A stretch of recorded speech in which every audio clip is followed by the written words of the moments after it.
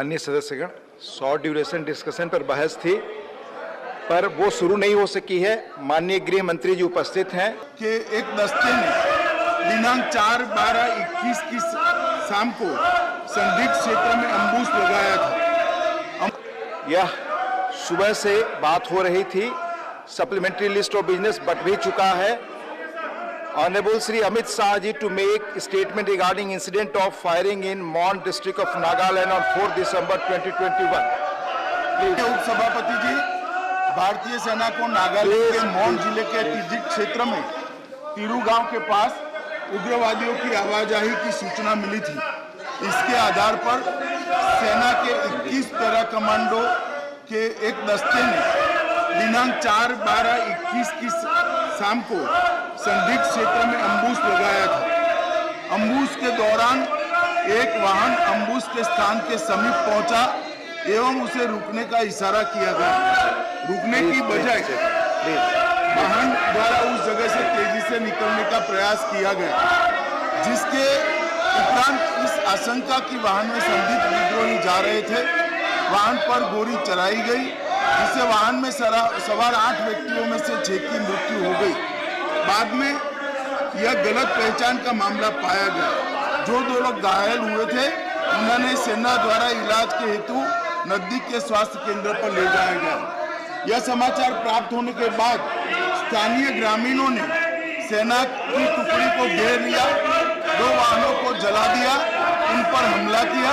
इसके परिणाम स्वरूप कोई और बात रिकॉर्ड पे नहीं जा रही है। माननीय जवान के बयान के अलावा कई अन्य घायल हो गए।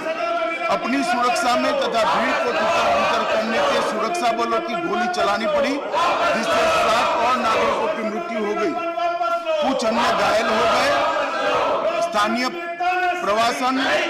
प्रशासन और पुलिस ने स्थिति को सामान्य करने का प्रयास किया है।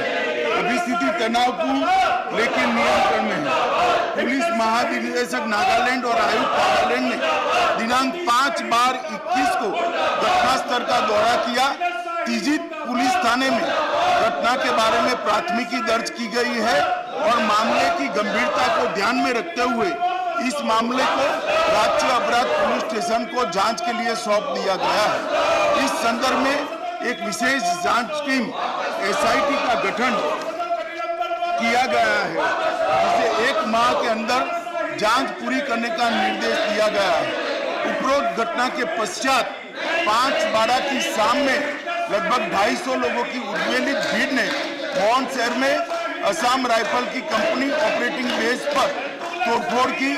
भीड़ ने COB के भवनों में आग लगाई, जिसके उपरांत असम राइफल की टुकड़ी को भीड़ से तितर-बितर करने के लिए गोली चलानी पड़ी। इसके कारण एक और नागरिक की मृत्यु हो गई और एक अन्य घायल हो गया। प्रभावित क्षेत्र में किसी और अप्रिय घटना को रोकने के लिए अतिरिक्त बलों की तैनाती की गई है। सेना की 3 कोर मुख्यालय द्वारा एक प्रेस वक्तव्य जारी किया गया है, जिसमें निर्दोष नागरिकों की दुखद मृत्यु के घटनाक्रम पर अत्यधिक दुख व्यक्त किया गया है। सेना द्वारा इन दुर्भाग्यपूर्ण मृत्यु के कारणों की जांच उच्चतम स्तर पर की जा रही है और कानून के अनुसार समुचित कार्यवाही की जाएगी। घटना की सूचना मिलने पर मैंने तत्काल नागालैंड के गवर्नर और मुख्यमंत्री से संपर्क किया। गृह मंत्रालय द्वारा भी नागालैंड के मुख्य सचिव और पुलिस निदेशक से संपर्क किया गया और कल पूरे दिन स्थिति को मॉनिटर किया गया। गृह मंत्रालय द्वारा तुरंत पूर्वोत्तर के प्रभारी अपर सचिव को भी कोहिमा भेजा गया, जहां उन्होंने आज सुबह नागालैंड राज्य सरकार के मुख्य सचिव एवं वरिष्ठ अधिकारियों और अर्धसैनिक बलों के वरिष्ठ अधिकारियों के साथ बैठक की। स्थिति की विस्तारपूर्वक समीक्षा की गई ताकि यह सुनिश्चित किया जा सके कि शीघ्र स्थिति सामान्य बहाल हो। यह निर्णय लिया गया कि सभी एजेंसियों को यह सुनिश्चित करना चाहिए कि विद्रोहियों के खिलाफ अभियान चलाते समय भविष्य में ऐसी कोई दुर्भाग्यपूर्ण घटना की पुनरावृत्ति न हो। सरकार स्थिति पर सूक्ष्मता से नजर बनाए रखी है और क्षेत्र में शांति और सौहार्द सुनिश्चित करने के लिए आवश्यकता अनुसार जरूरी उपाय किए जा रहे हैं।